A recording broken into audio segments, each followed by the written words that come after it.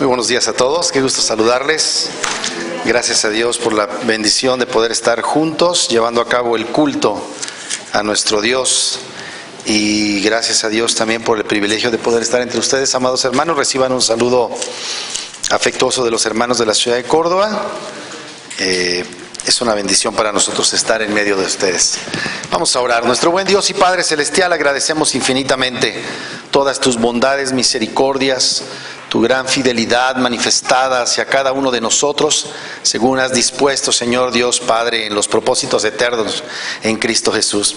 Gracias te pido en esta mañana, Señor, humildemente, que quieras hacer uso de mi vida para exponer tu palabra, pero sobre todo, Señor, para que quede manifiesto que tú eres el Dios soberano, creador del cielo y de la tierra, quien guarda, cuida, sustenta la vida de tu pueblo, de tus hijos. Gracias porque como Señor que eres, habiendo sido, Señor, puesto por cabeza de todas las cosas y de una manera especial y única en la iglesia, pedimos humildemente que el día de hoy quieras en tu gracia derramar tus misericordias y hacer que mis hermanos salgan de este lugar plenos de ti, plenos de tu amor, completamente resueltos, Señor Dios, a darte alabanza y gloria con sus vidas. Lo mismo exactamente pido para mí y pido la asistencia de tu Santo Espíritu para ello.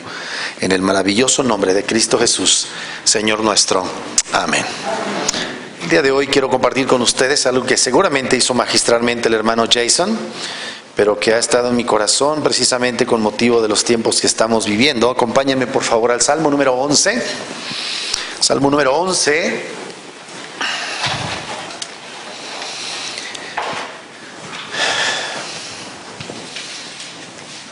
Esta predicación lleva por título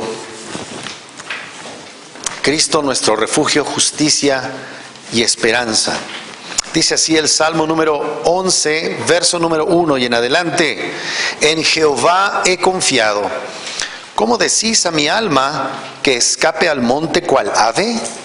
Porque he aquí, los malos tienden el arco y disponen sus saetas sobre la cuerda para asaetear en oculto a los rectos de corazón. Si fueren destruidos los fundamentos, ¿qué ha de hacer el justo? Jehová está en su santo templo. Jehová tiene en el cielo su trono. Sus ojos ven, sus párpados examinan a los hijos de los hombres. Jehová prueba al justo, pero al malo y al que ama la violencia, su alma los aborrece. Sobre los malos hará llover calamidades, fuego, azufre y viento abrasador será la porción del cáliz de ellos. Porque Jehová es justo y ama la justicia. El hombre recto mirará su rostro. Aquí nos encontramos, hermanos, amén. Dios bendiga su palabra, quiera usarla para su gloria, como siempre es. Aquí nos encontramos en un evento del que no tenemos exactamente determinado en qué contexto se lleva a cabo, pero sabemos que David, quien se encontraba en una corte, en la corte del rey Saúl, seguramente estaba expuesto a muchas de estas estratagemas, a muchas de estas situaciones propias de las relaciones cortesanas, en donde había intereses, donde había este tipo de gente que siempre está de una manera salamera alabando y buscando de alguna manera granjearse el favor del poderoso. Aquí tenemos a un grupo de personas que probablemente hicieron una sugerencia a David, quizá una sugerencia urgente de que en virtud de que para este momento ya el rey Saúl habría tomado algunas cartas en contra de David, pues le sugieren, ¿verdad?, que él huya. Estos amigos supuestos, quizá amigos genuinos, porque no sabemos exactamente quiénes hayan estado ahí, le dicen que vaya y se esconda de la ira de Saúl. Recordemos que cuando menos en 2 oportunidades Saúl quiso clavar en la pared, ¿verdad?, a nuestro querido hermano David, y él en ambas ocasiones él tuvo que esquivar estas lanzas. Pero este hombre era un hombre cuya confianza, cuya fortaleza no se encontraba en sus habilidades humanas, que por cierto eran varias. La Biblia nos hace referencia a muchas de las cualidades naturales de David, pero al tratarse de enfrentar tremendos desafíos, hay veces en que las fuerzas naturales no son suficientes. David era un hombre que por la gracia de Dios había sido un hombre fortalecido en la fe, que rechazó esta idea que tenemos todos y cada uno de nosotros como primera alternativa de ir a sus recursos naturales. Este hombre no se dio a la tarea de escuchar este consejo y correr para hacer lo que él podía. En este salmo hay como que dos grandes ideas a las que él nos quiere exponer. La primera parte de los versículos o versos 1 al 3, y digo versos porque este es un poema, David describe el asalto del temor. David nos va a escribir cómo su vida es asaltada por el temor. ¿Alguna vez ustedes han sido asaltados por el temor? Bueno, pues llevamos un año, ¿verdad?, en la que el temor ha estado siendo un aspecto importante alrededor nuestro. Luego de los versos 4 al 7, David describe la razón de su valor y la razón de nuestro valor.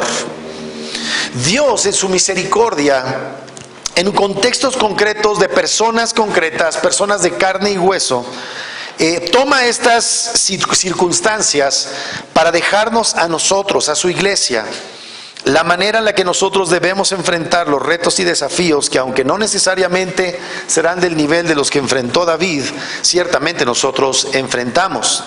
Así es que vamos a hablar de la primera parte, los primeros 3 versículos, los primeros 3 versos que tiene este hermoso salmo. Dice: en Jehová he confiado, ¿cómo decís a mi alma que escape al monte cual ave? Porque he aquí los malos tienen el arco, disponen sus saetas sobre la cuerda para asaetear en oculto a los rectos de corazón. Si fueren destruidos los fundamentos, ¿qué ha de hacer al justo? Ciertamente 3 cosas aquí tremendas. Número 1, David ve por un lado su propia limitación humana para enfrentar ciertos retos. Número 2, vemos que David tiene enemigos externos.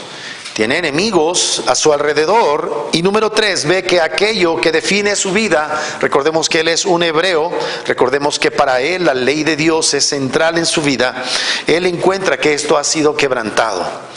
Y para nosotros, ¿verdad?, que estamos muy similar a lo que él ha hecho, es mucho más fácil a veces querer hacer uso de nuestros humanos recursos. A veces ni siquiera nos percatamos de que hay algunos enemigos externos, y a veces, muy comúnmente, enfrentamos cómo los fundamentos están siendo destruidos. El versículo número 1 dice: en Jehová he confiado, y la palabra que aparece ahí, en Jehová, es importantísima, porque esa palabra Jehová nos habla del Dios de los pactos, un Dios que a través de los pactos ha establecido sus relaciones con los hombres. Y cuando hablamos de los pactos de Dios, no son aquellos pactos que se hacen de igual a igual, sino el pacto que establece un Dios supremo, imponiendo las condiciones de su relación con nosotros. Y solamente cuando hemos nacido de nuevo, solamente cuando Dios, habiéndonos concedido su gracia, podemos creer que esto es lo mejor que nos puede suceder, es cuando nosotros nos damos cuenta de qué maravilloso es llamar al Señor por el nombre de su pacto. En Jehová he confiado, el Dios que se ha hecho a sí mismo responsable de cumplir todas las cosas necesarias para mantener una relación concreta y correcta con nosotros. Ese Dios es digno de confianza.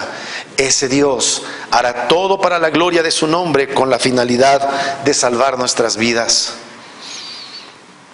Aquí tenemos este ataque, de esta tentación de desconfiar del Dios que ha sido fiel a su pacto. Lo que nosotros vemos en las Escrituras es que el pueblo de Israel no era un pueblo perfecto, pero Dios siempre estaba allí, Dios siempre guardando, Dios siempre redimiendo, Dios siempre llevando mensaje de aliento, pero sobre todo de redención a un pueblo que por sí mismo no podía guardar el pacto. Si no fuera Dios el que hiciera pacto con su pueblo, el pueblo, si estuviéramos hablando de una relación de igualdad con Dios, el pueblo no podría cumplir con Dios esos requerimientos. Es necesaria la presencia de uno que cumpla por nosotros aquello que nosotros no podemos. Y de hecho ese pacto es precisamente que Dios enviaría a su santo Hijo, nuestro Señor Jesucristo. Así lo promete todo lo que conocemos como Antiguo Testamento, de la promesa de este, que sí cumpliría lo que nosotros no cumplimos, y que en ese pacto está nuestra seguridad. No en lo que hacemos por Él, no en lo que podemos en nuestras fuerzas, sino lo que Él ha hecho en el poder de su fuerza, en el glorioso y poderoso Evangelio, que a usted y a mí, amado hermano, ya nos es una gloriosa realidad. En Jehová he confiado. ¿Cómo decís a mi alma que escape cual ave hacia el monte? Y así eran los días de David. Era un hombre de buen aspecto, era un hombre inteligente, un hombre que sabía tocar el arpa y que además estaba emparentado ya con el rey, pero había mucha gente que lo estaba envidiando. Quizá fueron uno de estos los que le dijeron, pues ya vete, con la intención quizá muy en el profundo de su corazón de que dejara un espacio para que ellos pudieran ser promovidos. Esta huida quizás sería considerada, a pesar de los intentos de Saúl de matarlo, quizá hubiera representado una oportunidad para recibir el reproche de que era un cobarde y que estaba abandonando su puesto. Si él lo hubiera hecho, realmente hubieran encontrado motivo de acusación contra él, y según las normas y los estándares de los hombres, hubiera sido una gran oportunidad de promoción, como dije hace un momento. Quizás estamos hablando de personas que realmente, honradamente estaban dándole el consejo a David, pero era quizá también un consejo de algunos celosos por motivos políticos. Así es que David se niega a retirarse y exclama, en el Señor he confiado. ¿Cómo decís a mi alma que huya como un pájaro hacia el monte? ¿Y por qué huye un pájaro? Si alguna vez ustedes han ido con sus hijos al parque, hacen bien las palomas en salir huyendo, ¿verdad? Porque hay un natural temor. Y el temor puede ser natural a nosotros porque seguimos siendo criaturas limitadas. Pero en Dios hemos confiado. Y si en Él hemos confiado, seguramente que Dios estará con nosotros para enfrentar el peor escenario. Satanás astutamente utilizará algunos recursos para derribarnos. Uno de ellos puede ser la excesiva confianza.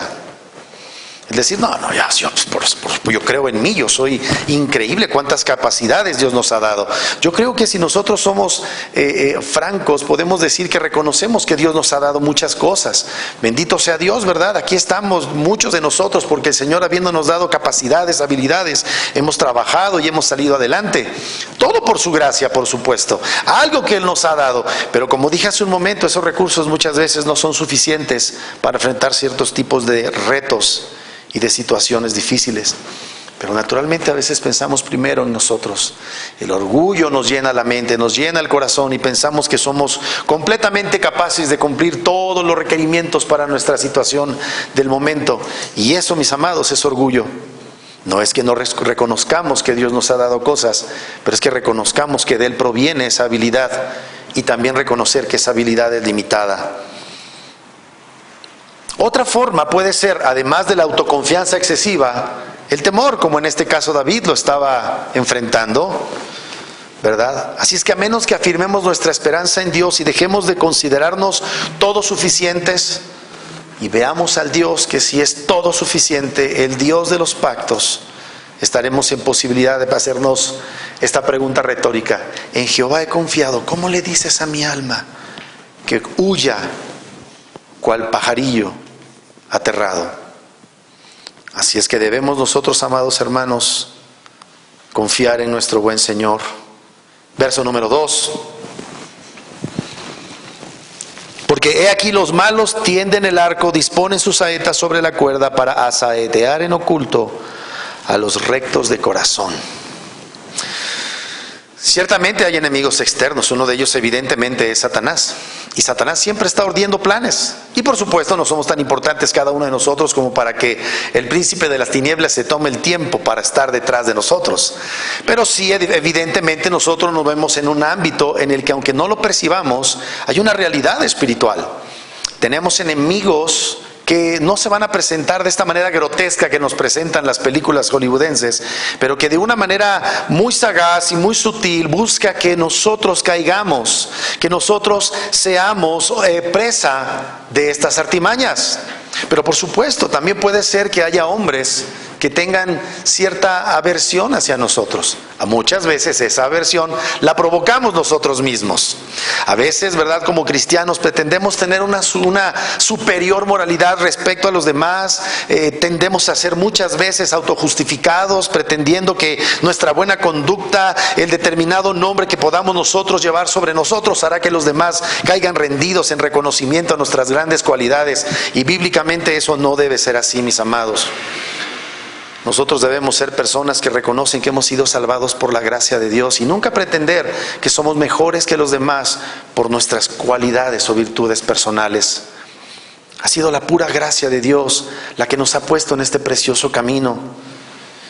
Y no obstante eso, teniendo este conocimiento, habrá ocasiones en el que operar conforme a los principios de Dios pueda crear ciertos conflictos con personas, las cuales buscarán nuestro mal. Tengo el caso de un amigo muy querido que en el año de 2008, por llegar a trabajar y poner orden en un ingenio, en una zona y en una industria en la que la corrupción es espantosa, por llegar, denunciar y tratar de corregir cosas, fue levantado y fue ultimado de la manera más terrible. Y era un hombre piadoso. Porque verdaderamente a veces por hacer lo que Dios manda y hacer las cosas correctamente, podríamos estar nosotros expuestos a este tipo de situaciones. He dicho que a veces razones, a veces no. Y los hombres perversos, como éramos nosotros, tensan el arco, acomodan la flecha, muchas veces instigados por el mismo diablo o sus demonios. Y entonces aparece en nuestros corazones esta idea: huye, huye porque estás indefenso. La tentación sigue siendo: usa tus propios recursos. Así como para los pájaros es natural volar cuando están en medio de un peligro, para nosotros lo más fácil es huir. Vete, tus enemigos están enviando flechas a ti, te quieren destruir, pronto serás destruido. Y por eso la Biblia nos dice en el capítulo 10 de Mateo, vamos para allá, yo hablé con ustedes hace algunos meses al respecto, solamente voy a referirlo muy brevemente.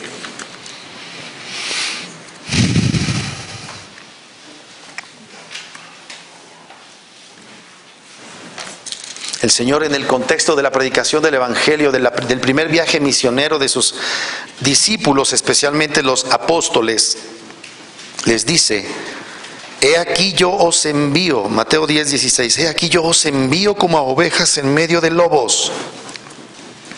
Sed pues prudentes como serpientes y sencillos como palomas. Somos sus ovejas, el Señor es nuestro pastor, nada nos faltará, aún en las situaciones más horripilantes, Dios estará con nosotros, pero eso no significa que estemos en un contexto fácil en relación con las personas que nos rodean. Muchos de ellos no quieren este mensaje del que somos portadores. Un mensaje que espero que no solamente, por supuesto, lo hagamos con la boca, con nuestras palabras, pero que también nuestro proceder y nuestra conducta adornen ese mensaje. Pues adornar el mensaje con una conducta apropiada, como es digno del Evangelio, muchas veces provocará que la gente tenga reacciones inapropiadas.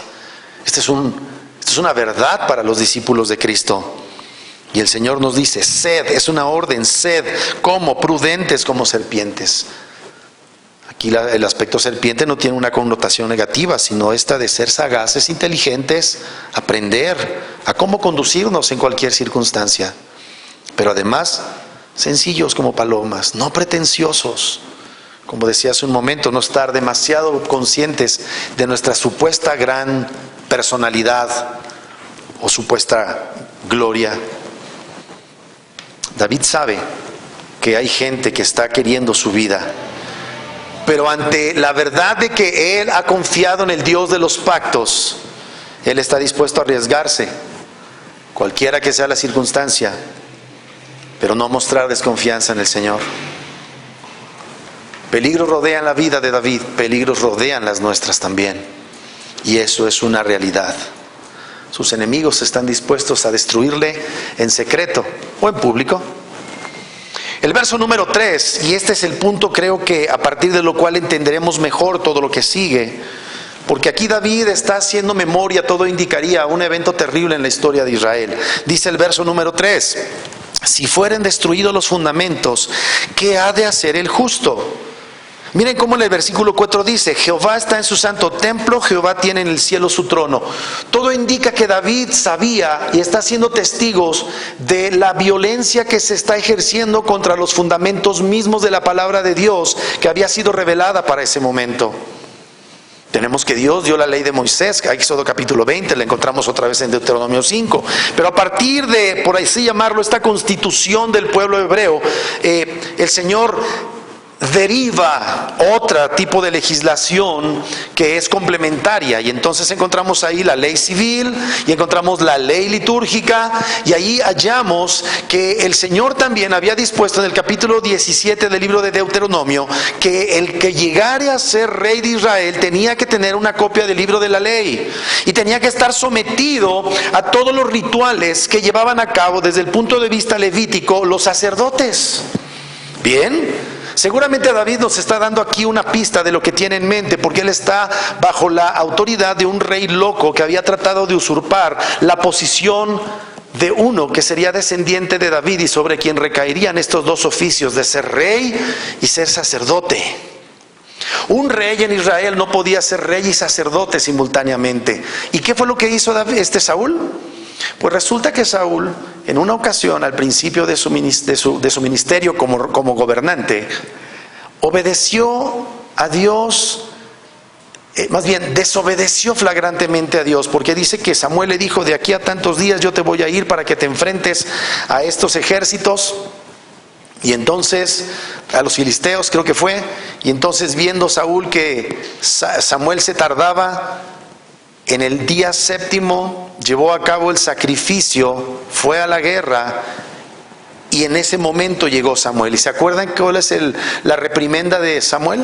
Dice: has hecho locamente, porque un rey no estaba facultado, tenía prohibidísimo llevar a cabo funciones sacerdotales. Así es que este hombre Saúl no solamente era una persona que rompía sistemáticamente las leyes de Israel, sino que además había llegado tan lejos como el arrogarse la facultad que solamente tenían en ese momento los sacerdotes en el tabernáculo. Tremendo. David tiene razones para temer en este hombre. Si este hombre no respeta la ley de Dios, ¿por qué va a respetar la vida de David? Y estamos en medio de una sociedad a la que la ley que a ti y a mí nos es valiosa, la ley de Cristo, les es un estorbo, amado hermano. Y eso hará que tú seas, no quiero ser negativo, pero quiero que lo tengas muy en claro, eso hará que tú seas un enemigo, por definición, de esta sociedad pagana.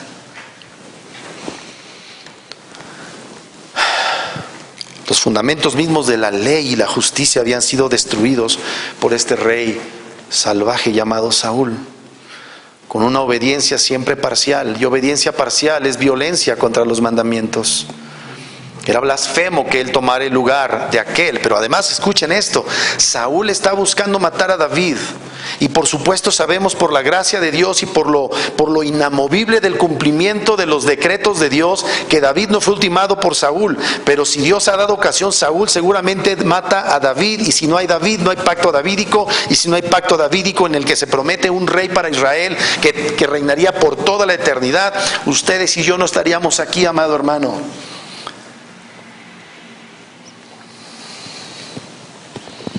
Un destructor de los fundamentos de la ley y la gracia, porque el hecho de que el rey de Israel, el legislador, el que ejecutaba la ley, pudiera ser sumo sacerdote, significaba esta gloriosa idea de la ley y la gracia. No hay ley sin gracia y no hay gracia sin ley. Y debemos entender esto tan importante. De manera tal que gracias sean dadas a Dios, amados hermanos, de que David fue sostenido por el poder de la gracia, de que David, habiendo nacido de nuevo y siendo inspirado por el Espíritu Santo, nos deje este precioso mensaje tan actual, a miles de años de distancia. Esto sigue siendo una gloriosa realidad. Asegurémonos de que nuestra confianza esté solamente en el Dios de los pactos, el Dios que hizo pacto. En un momento más vamos a llevar a cabo una cena que es el recordatorio, la celebración de que Dios ha hecho un pacto en su sangre. Y que debemos estar celebrándolo cada domingo, en cada oportunidad que estamos juntos en este contexto de un culto, hasta que el Señor regrese. Es un recordatorio de que el Dios que fue fiel en el pasado seguirá siendo fiel hasta que Él vuelva. Y que Él vuelva, mis amados hermanos, es una absoluta certeza en la Biblia. No confíes en ti mismo, no confíes en los demás para salvación, pero especialmente no confíes en ti mismo, porque si no, mejor prepárate para tu ruina. Pero siempre vale la pena que confíes solo en Dios, en Jehová Dios, el Dios de los pactos, para que puedas enfrentar los peligros de esta vida, para que puedas enfrentar a tus enemigos y para que puedas desafiar y vencer la injusticia que hay en este mundo. ¿Qué es la injusticia según la Biblia? pues no es otra cosa más que la violación de la santa ley de Dios. Hace un momento lo veíamos, ¿verdad? Séptimo mandamiento: no cometerás adulterio. Y el judío típico de los tiempos de nuestro Señor pensaba que nada más era no cumplir de una manera física el adulterio. Y el Señor dice: no. La ley es un asunto del corazón, porque todo aquel que ve a una mujer para codiciarla ya adulteró con ella en su corazón. Y esto solamente es posible entenderlo por la gracia, por el santo poder del Evangelio, mis amados. Es injusto no cumplir la ley de Dios. Es injusto de esa manera ofender la santidad de Dios. Pero bendito sea nuestro buen Señor, quien nos tiene por justos no siéndole. Miren cómo dice al final del verso número 3. Dice: si fueren destruidos los fundamentos, ¿qué ha de hacer el justo? ¿Quién es el justo? Pues no el que es perfectamente, desde el punto de vista bíblico, no es el que perfectamente cumple la ley, sino en el que confía en aquel. Para este momento histórico de Israel, a 1000 años de la venida de nuestro Señor, esto significa: yo creo en aquel que sí cumplirá lo que yo no puedo cumplir. En Jehová he confiado, en el que hizo pacto y que ha prometido o va a prometer. En este momento todavía parece que está todavía por llevarse a cabo el pacto davídico, pero todo el Antiguo Testamento apuntando a aquel que habría de cumplir la ley. El verdadero Israel, el verdadero Mesías, nuestro Señor Jesucristo. Este justo ciertamente es el Señor Jesucristo, pero nosotros, por derivación y a causa de la imputación de la justicia de Cristo, cuando creímos en Él, somos llamados justos. ¿Qué dice la Biblia? Capítulo 15 del libro de Génesis: y creyó Abraham y le fue contado por justicia. Quienes gozamos de la justicia y rectitud de Cristo, esos somos los justos.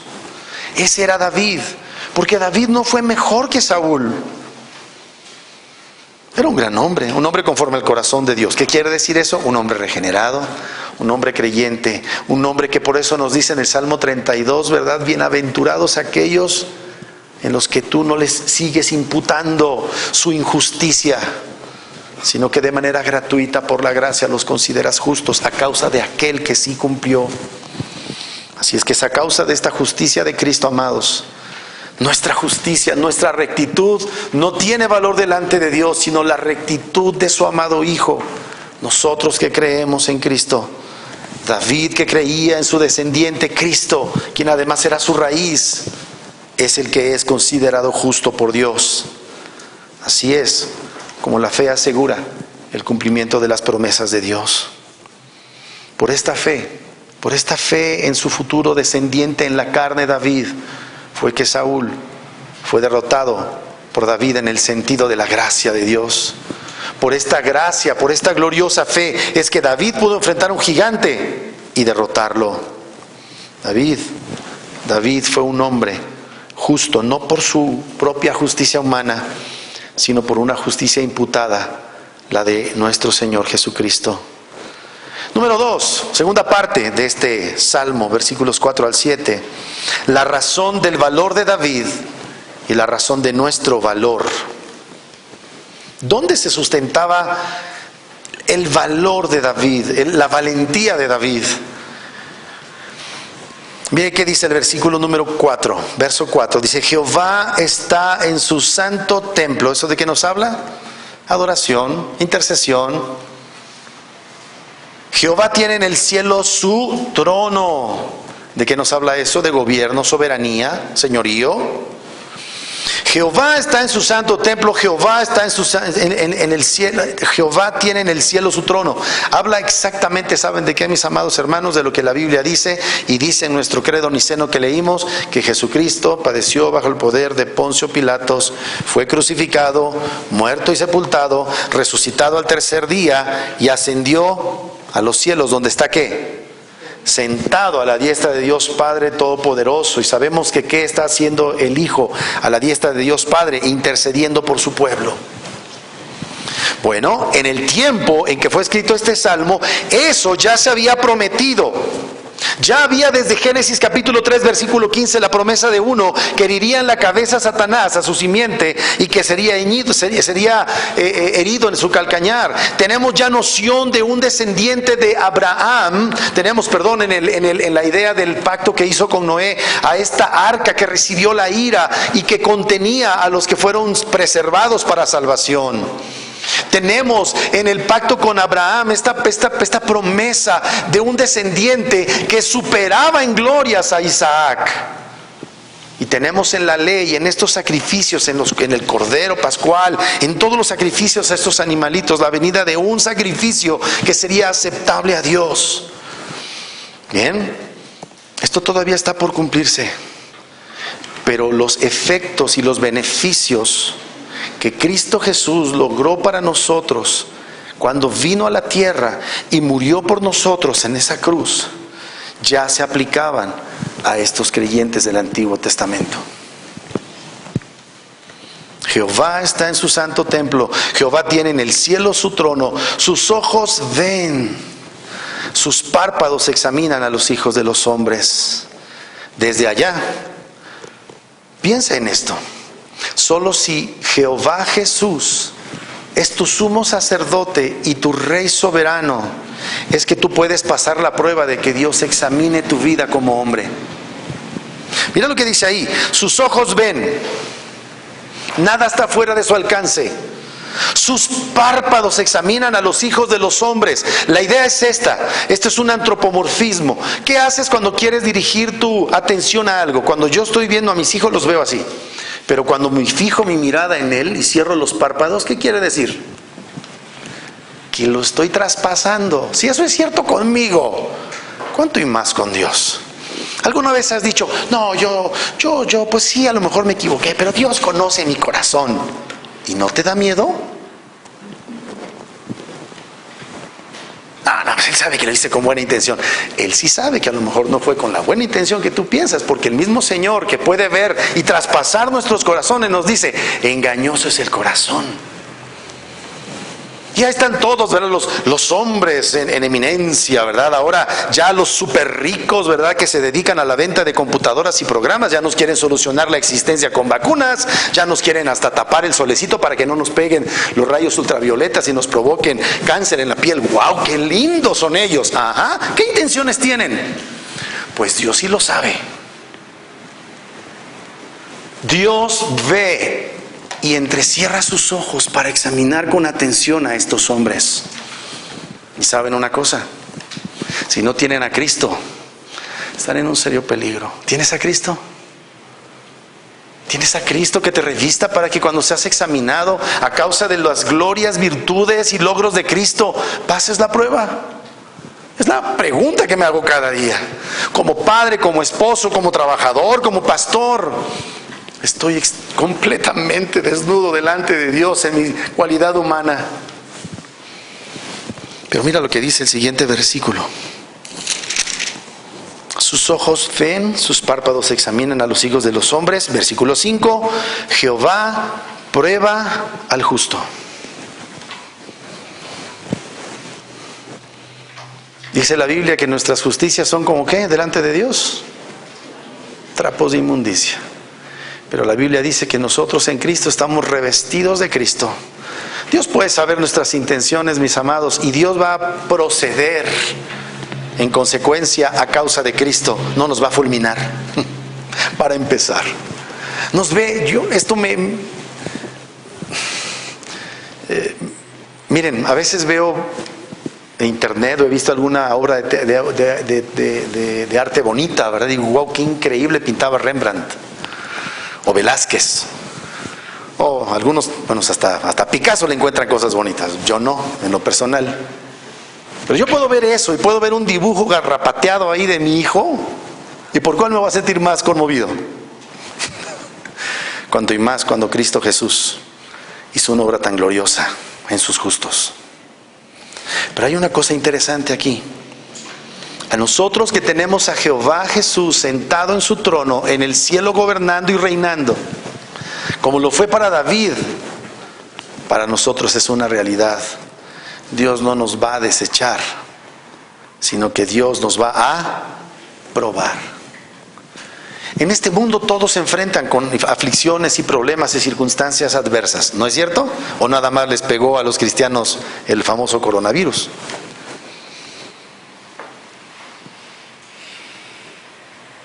No. Este coronavirus para un impío será para ejecución anticipado de su juicio eterno. Pero ¿y si un cristiano es afectado por esto? ¿Es acaso que Dios no lo aprueba? Más bien quiere decir que si verdaderamente ha creído, Dios ha de probar al justo. Dios ha de poner a sus justos en una situación en la cual ellos puedan tener en claro dónde está su esperanza. ¿Alguna vez le has dicho a Dios por qué? Yo sí. Y la respuesta es esta: Jehová prueba al justo, pero al malo y al que ama la violencia, ¿qué dice ahí? Su alma los aborrece. En lo más hondo de Dios. Esto es tremendo.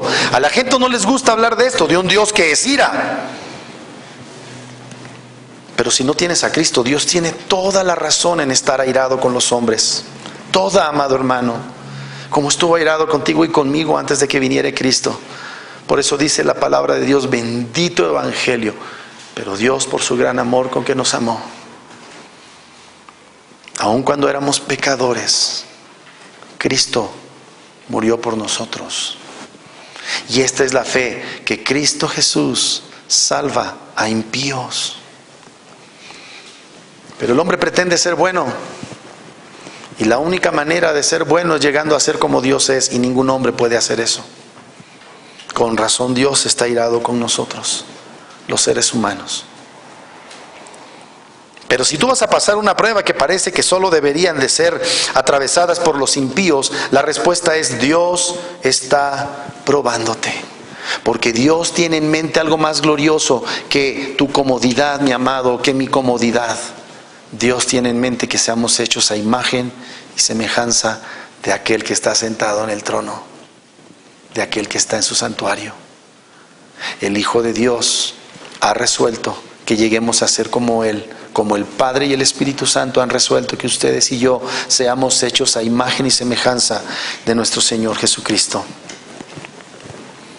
David tenía su esperanza en Cristo.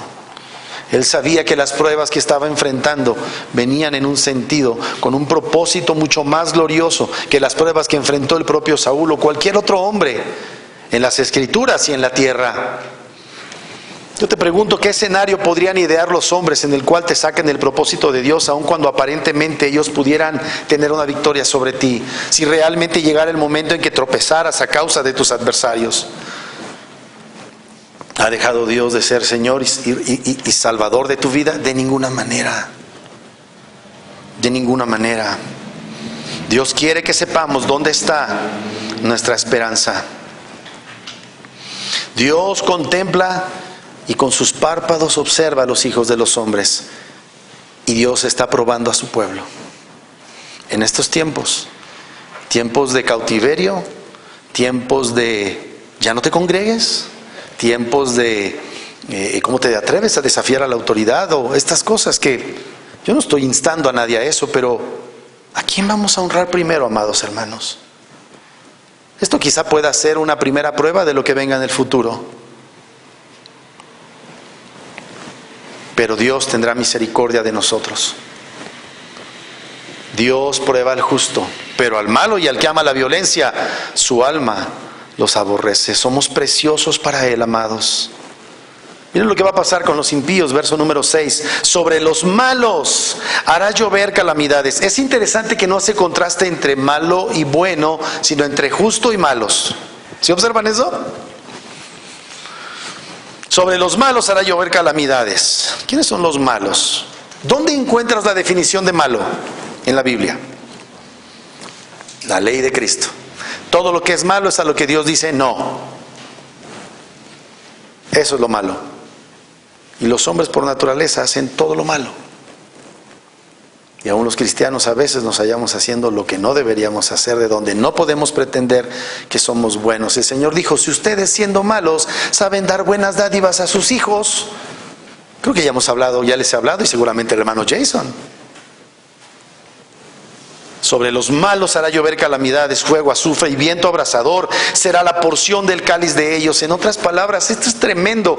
El cáliz es una copa y la idea es, Él los va a hacer que se beban la copa de su ira completita.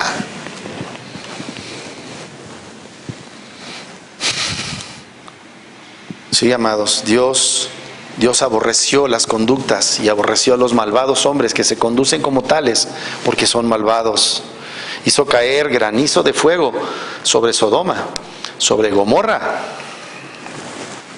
Hizo caer literalmente una lluvia de granizo y de fuego. Por eso el Señor siempre nos dice a través del Evangelio: arrepiéntanse, arrepiéntanse. Qué tremendo es pensar, capítulo 11 del libro de Mateo, no vayan allá, y el Señor reprocha a las ciudades en las cuales había hecho muchos de sus milagros, en los que había predicado el Evangelio, que eran judíos, que eran hebreos y no se habían arrepentido. Y Él les dice: ay de ti, Corazín, ay de ti, Betsaida, ay de ti, Capernaum, porque si se les hubiera anunciado a los de Tiro y de Sidón las cosas que se han enunciado contigo, tiempo hace que se hubieran arrepentido, de manera tal que lo que les espera a ustedes es mucho peor. Ahí estaban los judíos muy lindos, hijos de Abraham, rechazando y aborreciendo el mensaje de un Mesías que les ofrecía reconciliación. Qué terrible es el estado del corazón. Qué terrible es el estado del corazón del hombre no arrepentido. Pero luego dice el versículo 7: porque Jehová es justo y ama la justicia. Él no puede tolerar las injusticias, no las debe tolerar. Él ama su ley. Y termina diciendo: el hombre recto mirará su rostro. No dice el hombre bueno, el hombre recto. ¿Quién es un hombre recto? Un hombre justo. ¿Quién es un hombre justo? ¿Un creyente? ¿Qué cree un creyente? Que Jesús es necesario para su salvación, porque Él es tan terriblemente imposibilitado de salvarse a sí mismo, que requiere una salvación del tamaño de la salvación que Cristo Jesús ofrece y consuma para aquellos que han sido ordenados para creer en Él. Amados hermanos, no seamos presas de emplear nuestros recursos naturales para evitar la prueba. Porque el Señor justo ama la justicia, su oficio es interceder por nosotros. Su naturaleza es amarnos y Él gobierna todas las cosas para llevarlas al cumplimiento de su nombre, al cumplimiento de la gloria para su nombre. Él ya nos cuenta como si fuéramos exactamente de la misma categoría en gloria que su Hijo amado. Así, humanos como somos, criaturas como somos, jamás hechos dioses, porque esa no es la idea de la Biblia, sino hechos semejantes a su amado Hijo. Nosotros podemos confiar en que llegará el día en que, como David, veremos el rostro complaciente de nuestro Dios. Miren cómo termina: porque Jehová es justo y ama la justicia. Por eso, esa es la razón por la cual sobre los malos hará llover calamidades, fuego, azufre y vientos. Pero luego dice: el hombre recto mirará su rostro. En el rostro de Dios, nosotros sabemos por las Escrituras, que se halla la complacencia. Algunos han traducido esto como la sonrisa de Dios. ¿No es cierto que nuestros hijos anhelan nuestra aprobación como padres? Y a veces ellos no están para que les diga: mi muchacho, lo apruebo. A veces una sonrisa es más que suficiente. En Jehová he puesto mi confianza. Cuando tú pones tu confianza en Jehová, el Dios de pactos, en los cielos hay una gran sonrisa a causa de Cristo en tu vida. Vive tu vida para la gloria de Dios, amado hermano. Ama la ley de Dios, ama sus mandamientos, ama su gloria, ama su nombre. Vive con confianza, vive para Él. Todo lo que hagáis, sea de palabra o de obra, hacedlo como para el Señor. Con toda seguridad, aun cuando te equivoques, el Señor está sentado en su trono y está en su santo monte intercediendo por ti. La gente ha malentendido la teología reformada y algunos han dicho que la razón por las cuales, ¿verdad?, los puritanos y los calvinistas fueron tan positivos en la época del inicio del Renacimiento fue porque ellos creían que podían perder su salvación y por eso se esmeraban trabajando para ganarse el cielo. No han entendido absolutamente nada. Aquellos hermanos calvinistas locos de aquellos tiempos tenían confianza solo en una cosa: Jesucristo, su Rey y sumo sacerdote. Tú y yo debemos cada día, confiados en la bondad, la providencia de Dios, hacer lo que tenemos que hacer, porque aun y cuando nos equivoquemos, tenemos un sumo sacerdote que intercede por nosotros. Y por eso debemos mantener cuentas cortas con nuestro Dios. Y ¿saben una cosa? No le desagradamos al Padre. Vive para su gloria. No vivas para la gloria de nadie que no sea nuestro Cristo. No vivas para tu gloria, no vivas para tus propósitos ni para tus sueños. Que digamos, en Jehová he confiado. ¿Cómo le dices a mi alma que huya en medio de esta prueba? ¿Qué prueba vendrá en las próximas semanas? Solo Dios lo sabe. ¿Qué problema estás enfrentando ahorita? Tú y Él lo saben. Pero Él sabe que si has creído en Cristo Jesús, verás su rostro. Que Dios bendiga su santa palabra. Nuestro buen y amado Señor, te damos gracias por esta hora, por tu preciosa bendición y por tu maravilloso amor para con nosotros, tu pueblo, tus hijos, los que hemos creído en ti, el Dios de los pactos. Señor, tú cumpliste tu pacto. Tú cumpliste, Señor Dios, en tu Hijo todo aquello que habías ordenado y que Adán no pudo y nosotros mismos no podemos. Pero hoy te agradecemos por el inefable don de la fe, por el cual podemos estar en paz delante de ti. Bendita sea tu palabra. Bendita sea, Señor Dios, que nos dice que estando justificados en Cristo Jesús tenemos paz para con Dios por medio de nuestro Señor Jesucristo. A ti te damos la gloria y la honra y te pedimos que nos ayudes a vivir con fe, con pies firmes, sabiendo que nuestras vidas están en tus manos, para que día con día, Señor, teniendo esto en nuestro corazón y en nuestra mente, todo lo que hagamos, Señor, sea filtrado por el poder de tu palabra. A ti la gloria y la honra por medio de nuestro Señor Jesucristo.